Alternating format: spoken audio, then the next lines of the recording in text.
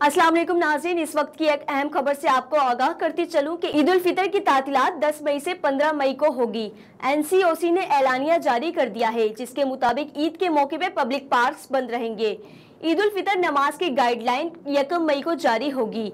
ईद पर लाजमी सर्विसेज के अलावा कारोबार, मार्केट और दुकानें बंद रहेंगी।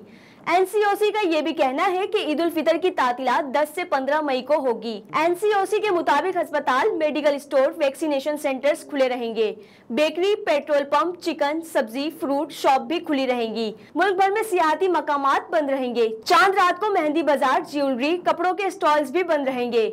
यौम अली, एतिकाफ, शबे कदर की गाइडलाइन 1 मई को जारी होगी, जबकि होटल, रेस्टोरेंट और शॉपिंग मॉल्स भी बंद होंगे। गिलगित बल्तिस्तान के लोगों को घर जाने की इजाजत होगी।